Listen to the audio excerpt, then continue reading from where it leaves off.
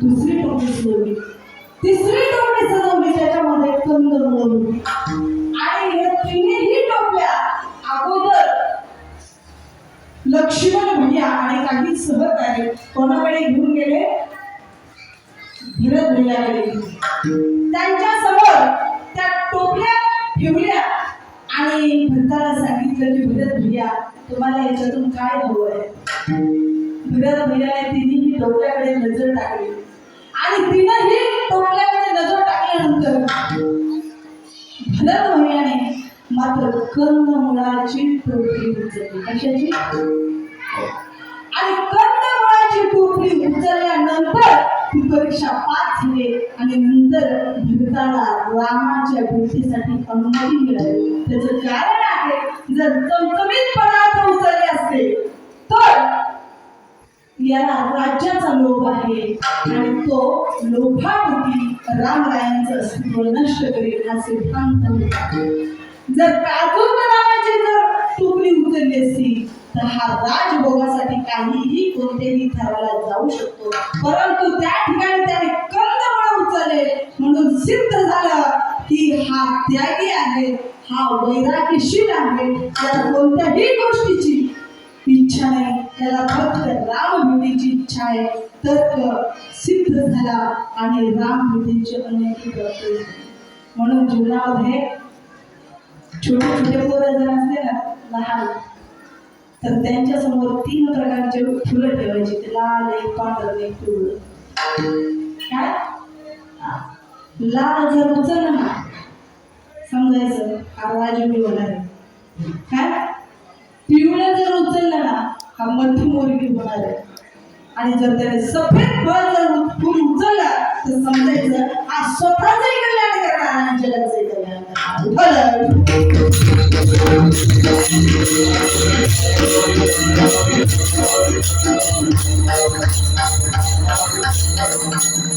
जीवनामध्ये संत महात्मे जे आपल्याला शिकवतात ते जगाच्या बाजारामध्ये कुठंच पाहायला भेटत नाही.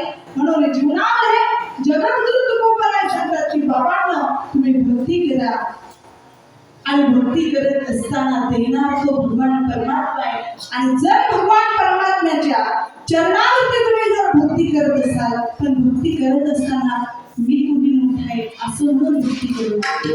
काय? भक्ती करत असताना अशी भक्ती करा, एक प्रमाण आहे संतांचं. मैं गुलाम तेरा, मैं गुलाम तेरा, मैं गुलाम तेरा.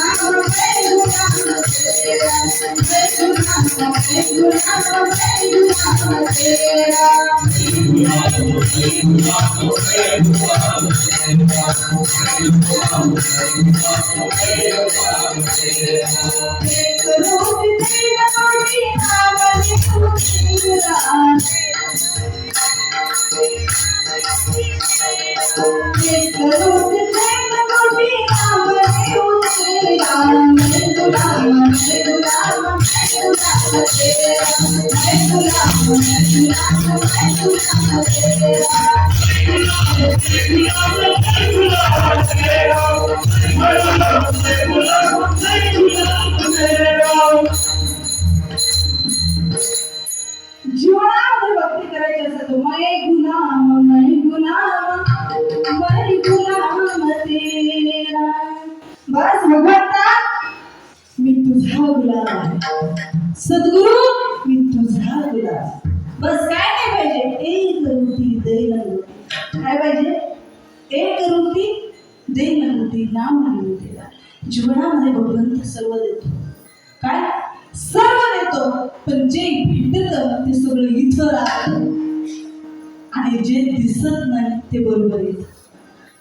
काय? जे दिसत नाही ते बरोबर येतं आणि जे दिसतं ते इथं राहतं. आता हे जे कर्म आहे ना, आपला धर्म म्हणतात तिथं भजन चालतंय, कीर्तन चालतंय, ही शिदोरी ना तुमची अखंड शिदोरी. काय?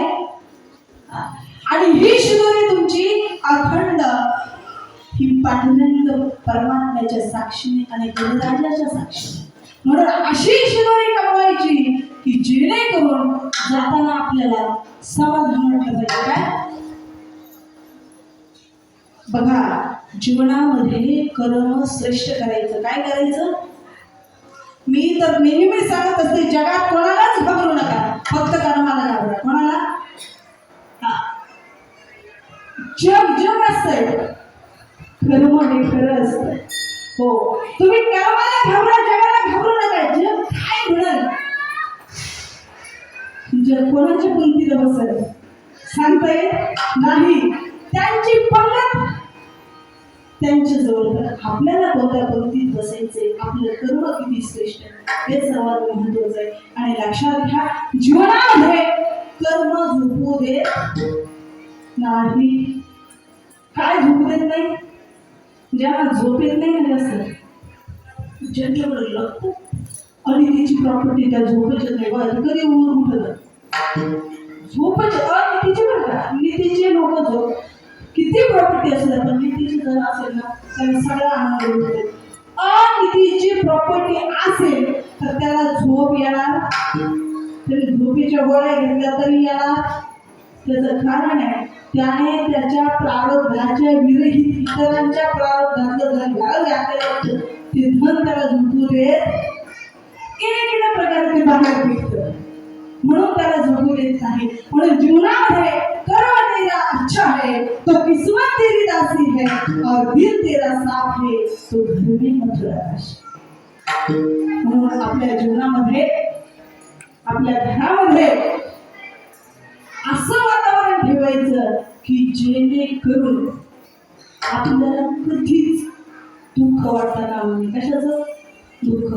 आणि मी हे तुम्हाला का सांगते माहिती का, मी नेहमी आमच्या कृष्णदादांना सांगत असते, शंकर भाऊंना सांगत असते, नेहमी सांगत असते. कुठल्याही कार्यक्रमाला जर गेले ना, मी सांगत असते हात जोडून, दादांना तुम्ही माझे भाऊ आहात. काय